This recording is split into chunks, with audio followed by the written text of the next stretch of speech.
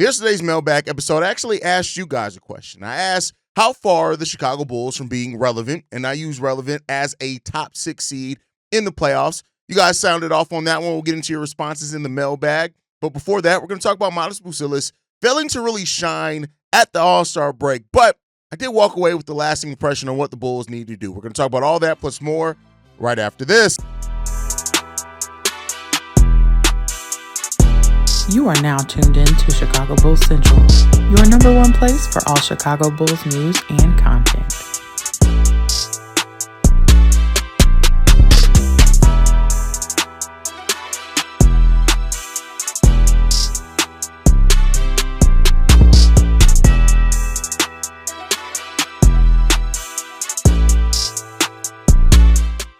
What's going on, Bulls fans? Welcome to another episode of Chicago Bulls Central, your number one spot for everything Chicago Bulls related. I'm the host there, Hayes, but more importantly, you guys can follow the channel at Bulls Central Pod on every social media platform we happen to be on. With that said, let's go ahead and get into this content for today, y'all. And I want to start off talking about Matas Buzelis and his All-Star Weekend. We know that Matas was the lone Bulls representative of All-Star Weekend. And, it wasn't really impressive. And that's no knock on Matas Buzelis, right? He was a last-minute addition to the Rising Stars Challenge. It's not like he was going to be featured or anything like that. He had 4 points, 2 rebounds, 1 assist, 1 steal in 9 minutes. His team failed to advance. But, again, I'm not holding that against Matas Buzelis. It just, when it comes down to it, as a last-minute addition, you just got to make do with what you can do, right? Then you look at the dunk contest, and Matas was the only player to not be able to complete a dunk in that on his first dunk. His second dunk was it got the crowd out of its seat, right? And you could even see the creativity he was really trying with that first dunk. So I hope that this doesn't shy Matas away from going into the dunk contest next year or anything like that. Matas clearly has the creativity to be in a thing like that. Mac McClung ends up being the only three-peat in a row, right? Nate Robinson actually won 3 dunk contests, but not all in a row. So it is what it is, right? But I don't think Matas really did much to walk away from that where people say, hey, I got to go check out this Matas kid. But, that's on them. That's not on Matas and his performance at all, right? I think that with Matas's mindset and all that type of stuff, he's going to try to do some things like this again. I wouldn't even be surprised if eventually at some point in the future, Matas tries to get into the skills competition as well at some point. Be on the lookout for that. But overall, Matas didn't really shine at All-Star Weekend. But looking at some of the young cores and young players and the Rising Stars and things like that, you know what this did make me realize, right? Is that while I still think that the Chicago Bulls do not have a one player that's shown that they can build around yet, right? I think that's going to come with time. You don't want to force it, right? And build your team around, try to build your team around a specific player skill set until you're kind of absolutely sure what level and caliber of player that they are. Only because you don't want to go too far in one direction and realize, all right, this really ain't it, right? The Bulls are gonna have to try to figure that out over time, but it's clear that this team needs to go forth building that scrappy young team, right? And I think most people have realized that up until this point, and they're gonna have a really good opportunity to do that, right? I've compared it before to the early Baby Bulls era, right? They're gonna have to get back to being that team that just teams don't really like playing, right? Because they're going to come in, they're going to give effort that you're going to have to come and play tough against, and you can easily get caught slipping against, right? But that has that edge and that identity, right? And that's really what it comes down to is identity. So much of sports comes down to not only having a coach that really understands how to get the most out of the players that you have on your roster, but also how things fit together, right? And that's something that AK and Eversley haven't really done, right? We don't really have pieces that fit seamlessly together, and we never really have. And there's always going to be a sense of having to figure it out, right? But even on paper, we haven't always had the team that really makes sense, right? And so that needs to be kind of the next phase. But then again, you want to make sure that you're drafting for talent as well, because you want to find the star and you want to get that done. And if you can find that star, that's going to really help kind of how you pivot with other things. And that's as we get closer and closer to the draft, that's another focus for the Chicago Bulls team is really looking at that, right? I think right now the Bulls are slated to be at number 8. There's some really, really good prospects there. Kaman Malowik is, of course, one that a lot of people are going to be talking about. KJ is another one out of Illinois. He's from Lithuania as well, but a 6'5", a guard there with a 6'6" wingspan. He has a nice outside shot, right? So there's a lot of prospects here that start making sense for the Bulls, depending on just how you look at things. Another guy that I think that is starting to come on a little bit for the Bulls as well as that's starting to come on is Igor Dimin, who I brought up a little while ago, the player who plays for BYU out of Russia. And while I'm not in no way saying, hey, fans, don't tune in to games. I think if you want to watch games, you watch games, right? But really start tuning into some of these college games. Like, even if you just go on like your whatever mock draft you trust the most, and go to 2 or 3 of those and the players that they have the Bulls drafting and try to watch those college teams, I think that'd be a good entryway and point into it. But, it gets to the Bulls in moving on from Zach LaVine. And the biggest and best asset that you got out of that was maintaining the control over your draft pick, right? Getting back that control, that full control over your draft pick. It further highlights what I've been saying this front office needs to do for a while. You need to draft correctly. You have to hit on your next draft picks. And hit can have varying levels of hit, right? I'm not saying every draft pick you make over the next 3 or 4 all have to turn into stars. It would be great if you can, right? But you got to hit as far as them being productive NBA players and hoping that you find at least 1 star out of those. You have to. You can't keep missing and punting on draft picks and these players that just end up not panning out. Now, regardless if that's not panning out to your coaching staff not developing correctly or you just not drafting the right guys, whatever it is, the result has to get to you have to start drafting the correct players. And that's really what you start seeing when you look at a lot of the teams that have these up-and-coming futures, right? Like even like I know the Detroit Pistons I've brought up, like their young core, Jalen Duren, Cade Cunningham, Jaden Ivey, who's out with injury now, Asur Thompson, right? Like these are draft picks or moves that they made to get those guys that ended up hitting, right?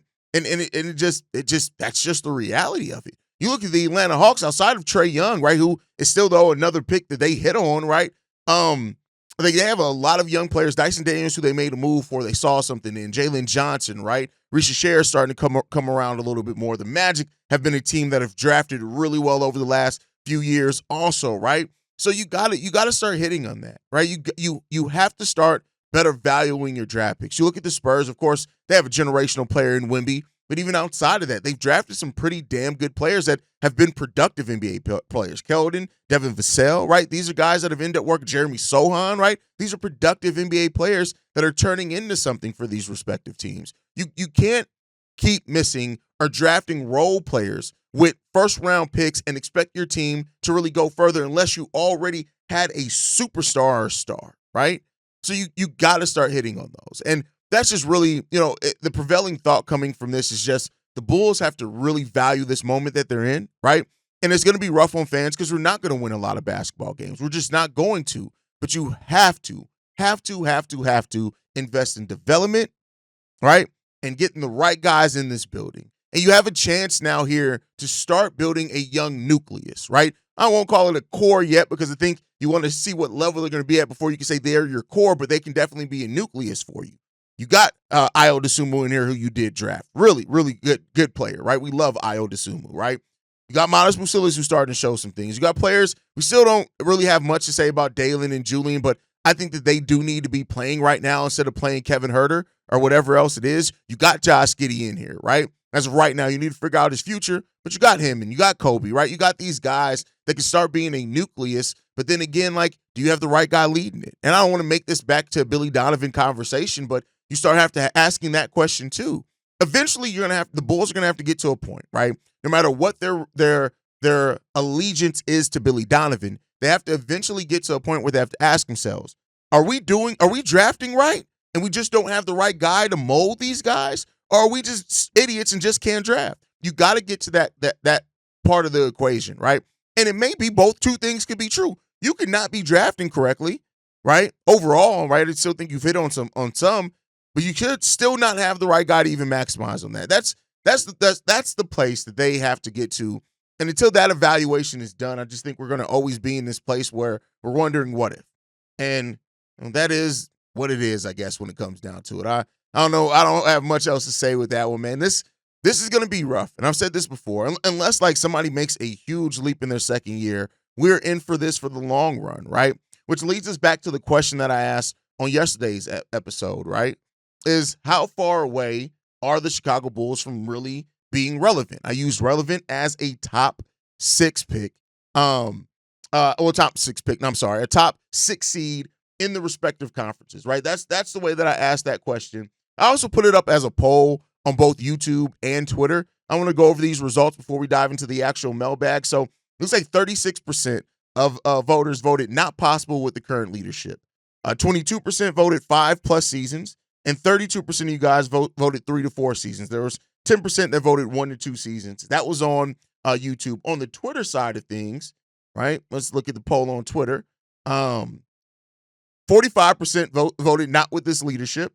20% voted 5+ seasons. 30% voted 3 to 4 seasons, and then 5% voted 1 to 2 seasons. So that's the thought process there from you guys, and can't say that I disagree with it. But let's go ahead and get into these mailbags for today, man. This one's from TJ. Yo, what's up, hey? It's TJ from the O-End.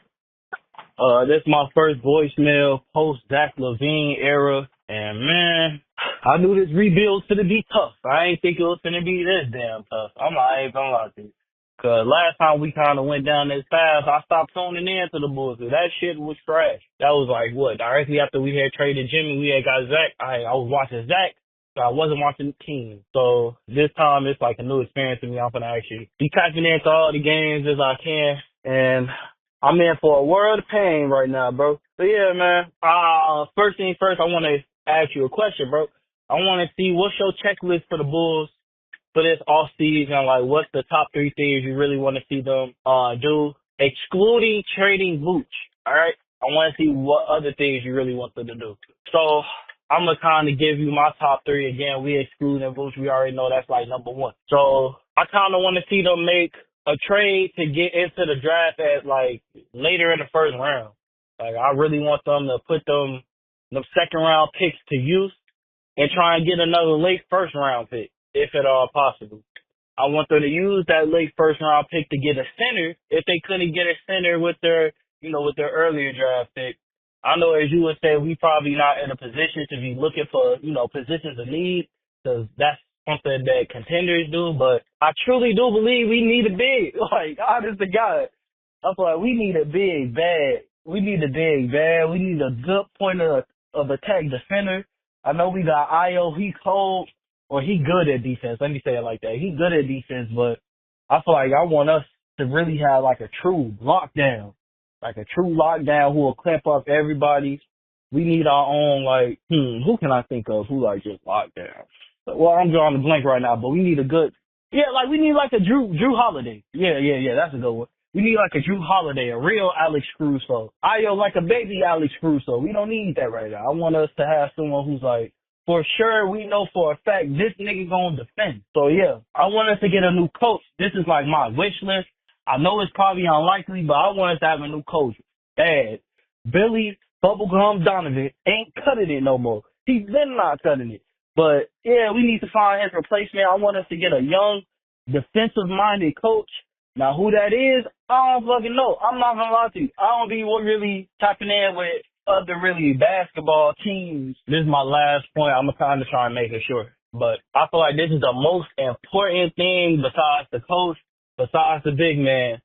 We need to find Matas a running mate. Like, for real. I feel like Matas is the truth, and I feel like we need to develop that truth to be the answer. Fuck you talking about? Like, for real. Because I believe in that boy, his potential like that. He cold. I be watching him. He cold. Like, for real. So I feel like we need to find Matas a real running mate that can like match his dog. Like, we just need to.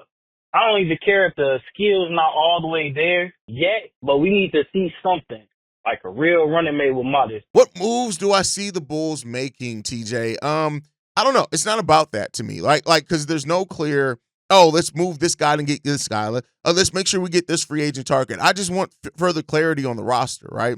Now, do they have to move Vooch? I would say that I would probably like to see them move Vooch in the offseason before teams start signing other players and maybe using some of their cap space for other things. Try to move that just to take advantage of that, not have to take enough back.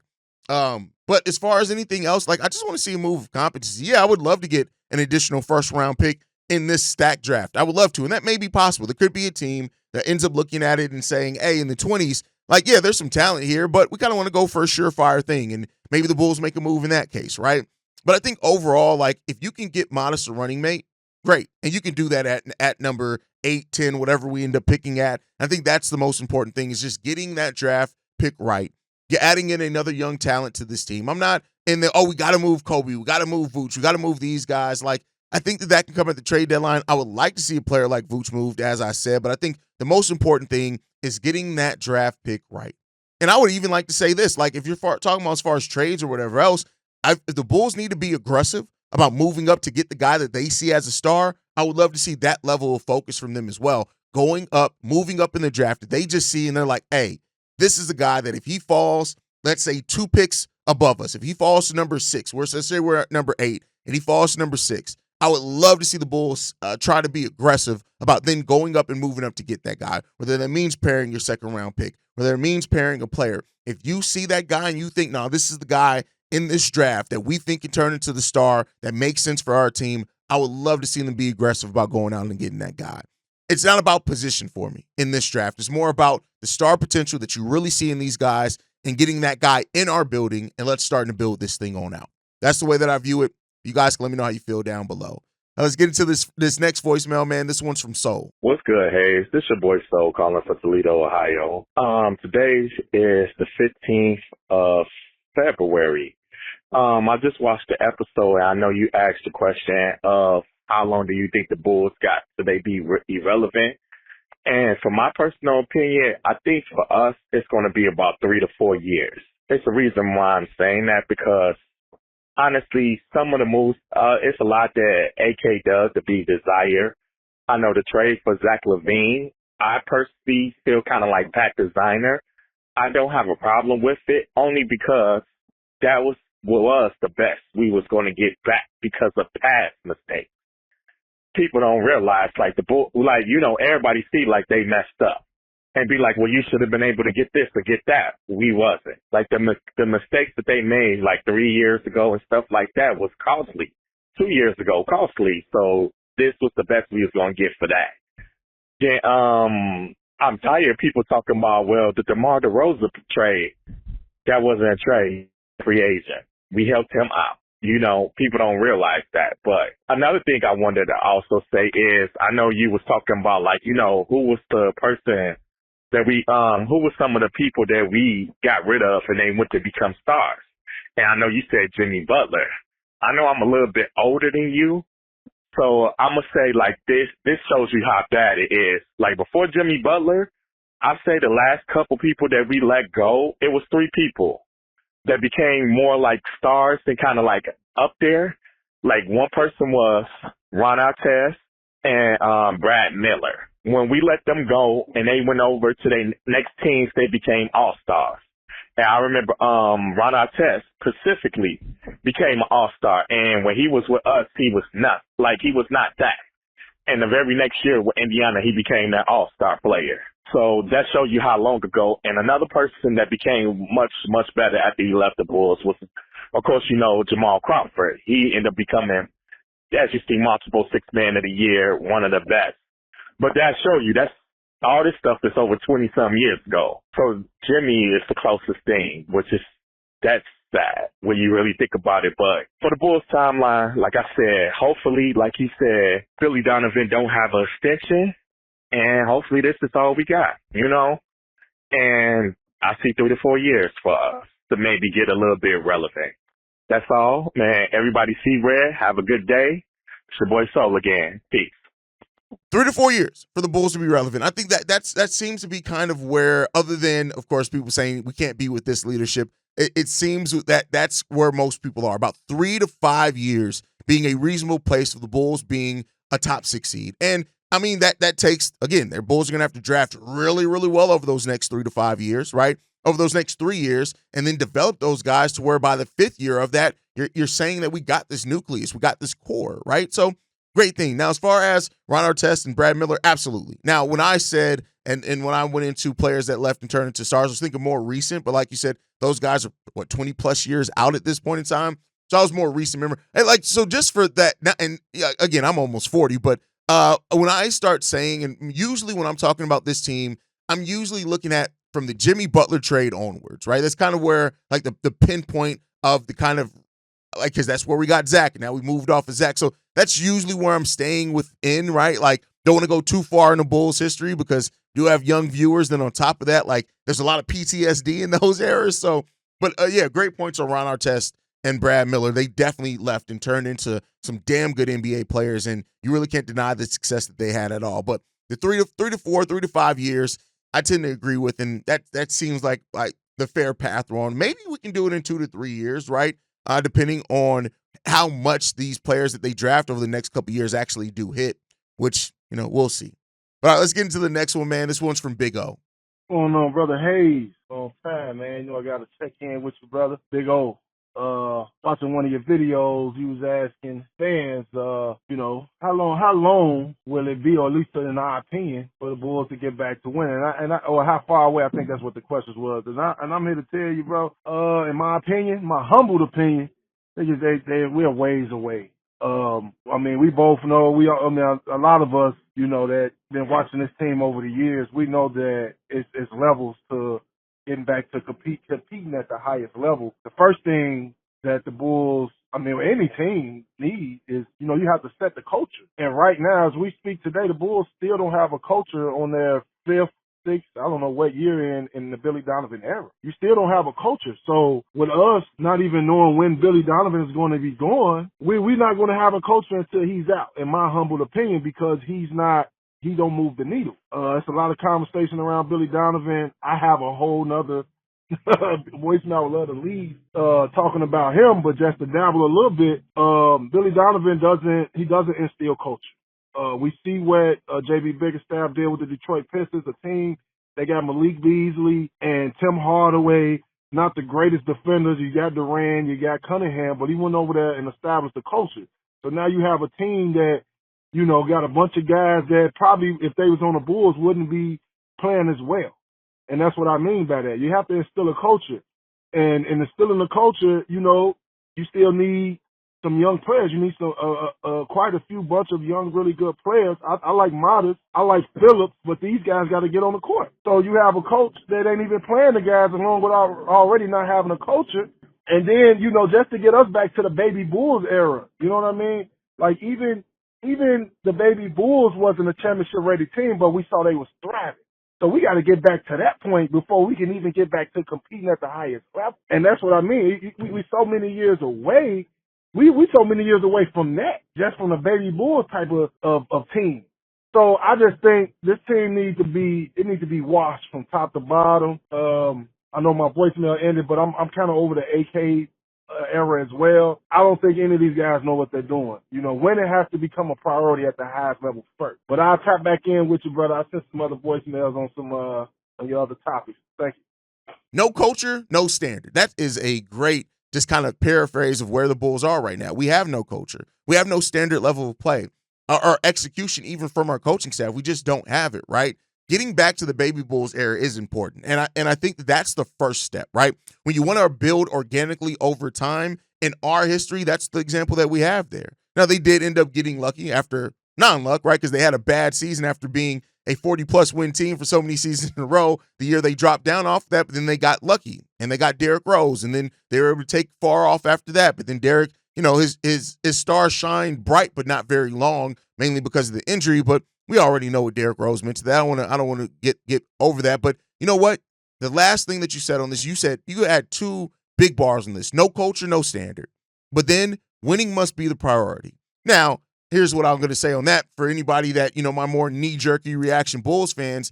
Everything isn't about winning now. It's about sustaining winning over time in the future as well, because I know they're going to be, trading Zach LaVine wasn't a win-now move. You're right, it wasn't. But it was a move to try to secure our future. Now you got to try to get in there and make those moves. So you got to have somebody who, A, has a vision, is able to execute that vision, and takes winning above all, right? More so sometimes than even loyalty, a coach like Billy Donovan. Has to be winning must be the priority above all. And until we get a coach, until we get a front office that really drills that home, that is what they're doing here. They're here to make sure that we can build a winning program and a winning franchise.